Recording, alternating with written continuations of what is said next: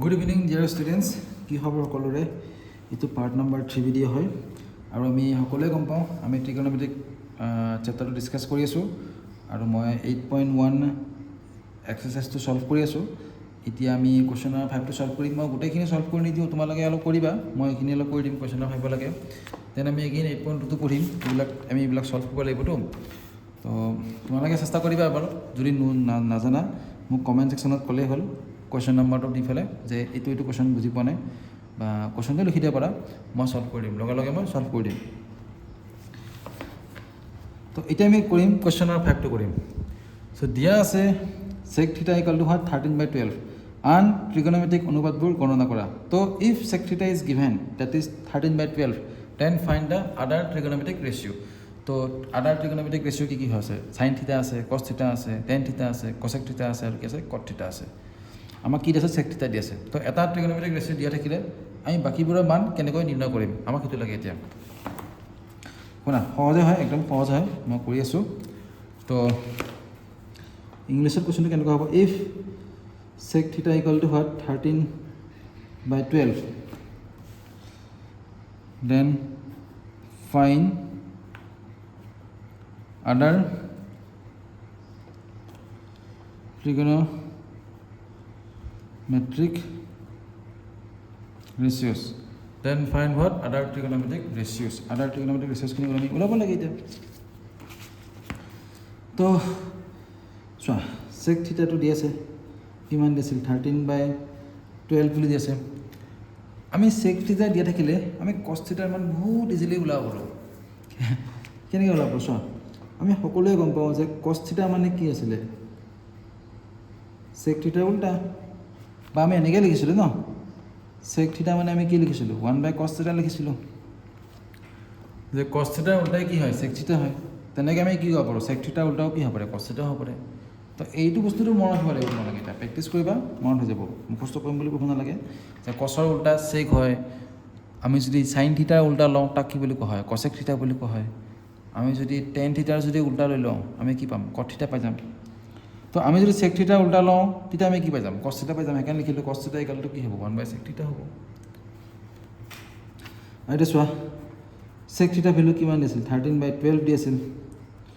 চ' এতিয়া cos θ value কি হ'ব? এতিয়া কিমান হ'ব? 12 কি হৈ যাব? 13 হৈ যাব। cos θ ভেলু কি হৈ যাব? 12/13 হৈ যাব। গম পালা? এইটো হ'ল cos θ। এতিয়া আমি cos θ ভেলু পালে আমি কি পাওঁ? sin θ পাওঁ নহয়? পাওঁ নাপাওঁ? তো sin θ ভেলুটো আমি কেনেকৈ পাম? ছয়টা sin θ আমি কি কৰিব পাৰোঁ? 1 - cos স্কুৱেৰ থিটা হয়। এইটো sin θ ফৰ্মুলা আছে। cos θ যদি আমি ভেলুটো গম পাওঁ, আমি sin θ ভেলুটো কেনেকৈ ওলাম? তাৰ কাৰণে আমি এইটো ফৰ্মুলা মনত ৰাখিব লাগিব। sin θ equal to 1 - cos square theta. এইটো ফৰ্মুলা জানিব লাগিব আমি 1 - cos স্কুৱেৰ থিটা মানে কি হ'ল? cos স্কুৱেৰ থিটা। চোৱা, cosৰ ওপৰত স্কুৱেৰ আছে, মানে cosৰ ভেলু কিমান আছিল? 12/13। তো ইয়াৰ ওপৰত স্কুৱেৰটো আছে এনেকৈ 12 স্কুৱেৰ, এইটো কি হ'ল? 13 স্কুৱেৰ।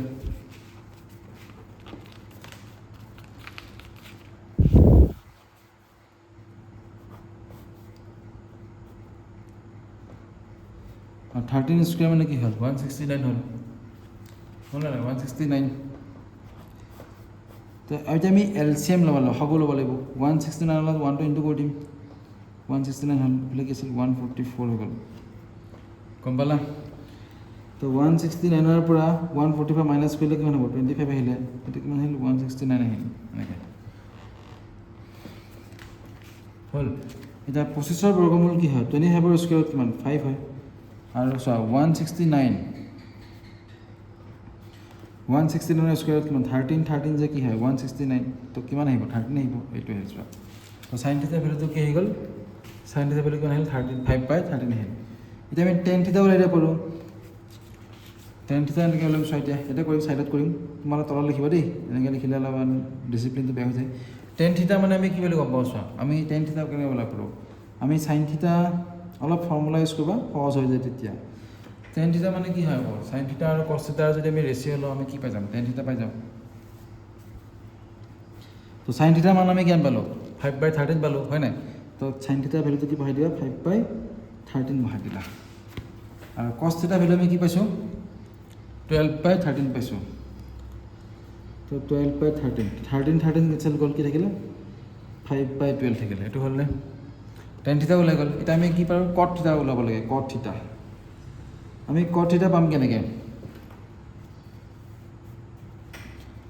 আমি যদি tan থিটাৰ যদি উল্টা লওঁ আমি কি পাই যাম cot থিটা পাম নাপাম পামনে তো tan থিটা ভেলু আমি কি পাইছোঁ 5/12 পাইছোঁ তো tan থিটা উল্টা মানে কি হ'ব 12/5 cot থিটা মানে কি হ'ল 12/5 হৈ গ'ল আৰু এটা কি আছিল cosec থিটা এটা আছিল cosec থিটা এইবিলাক ফৰ্মুলা দেই মই ফৰ্মুলাখিনি ৰাম কৰি দিছোঁ এইটো এটা ফৰ্মুলা হয় গম পালা এইটো এটা ফৰ্মুলা হয় এইখিনি আজি ঘৰত লিখি ল'বা বহীত আৰু এইটো এটা ফৰ্মুলা হয় বুজিলা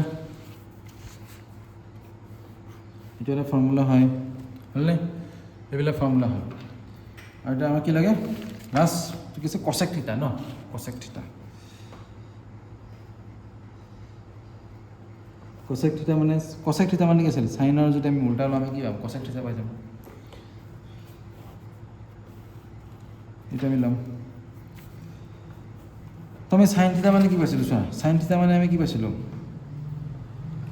সাইন থিটা ভেলুটো আমি কি পাইছিলোঁ 5/13 পাইছিলোঁ তো cosec থিটা মানে কি হ'ল আকৌ সাইনৰ উল্টা ডেট মিনছ কি হ'ল 13/5 এইটো এনচাৰ তো ক্লিয়াৰ হ'ল তো cosec থিটা মানে কি হ'ল 13/5 এইখিনি হ'ল এনচাৰটো হ'লনে তো নেক্সট কুৱেশ্যন আমি এইটো কৰিম এইটো বহুত সহজ এইটো দি আছে কুৱেশ্যন নম্বৰ 7টো দি আছে মই লিখি দিছোঁ কুৱেশ্যন নম্বৰ 7টো যে আমি এতিয়া ওলাব লাগে দেখা পাই আছাতো তোমালোকে ভালকৈ দেখা পাইছানে দেখা নাপালে কমেণ্ট ছেকশ্যনত কৈ দিবা যদি প্ৰব্লেম হৈছে কিবা মই ছল্ভ কৰিম আৰু তাক প্ৰব্লেম থাকিলে ছল্ভটো কৰিবই লাগিব তোমালোকৰ কাৰণে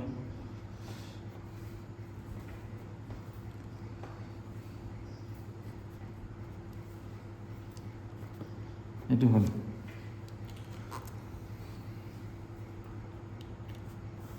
এই বস্তু চোৱা দেখাত কেনেকুৱা হৈ আছে এতিয়া এইটো a প্লাছ b হৈছে এইটো কি হৈছে a মাইনাছ b এইটো কি হৈছে a প্লাছ b এইটো কি হৈছে a মাইনাছ b হৈ আছে তো আমি সকলোৱে গম পাওঁ যে a প্লাছ b আৰু a মাইনাছ b যদি মাল্টিপ্লাই কৰোঁ আমি কি পাই যাওঁ a স্কুৱেৰ মাইনাছ কি পাই যাওঁ b স্কুৱেৰ পাই যাওঁ a স্কুৱেৰ মাইনাছ কি পাওঁ b স্কুৱেৰ পাই যাওঁ চ' আমি এটা কি লিখিব পাৰোঁ এতিয়া 1 স্কুৱেৰ মাইনাছ সাইন স্কুৱেৰ থিটা লিখিব পাৰোঁ পাৰোঁ নহয় অবভিয়াছলি পাৰোঁ আৰু এটা আমি কি লিখিব পাৰোঁ 1 মাইনাছ কছ স্কুৱেৰ থিটা লিখিব পাৰোঁ তো 1 মাইনাছ সাইন স্কুৱেৰ থিটা এইটো কি হ'লে 1 মাইনাছ কছ স্কুৱেৰ থিটা হ'ল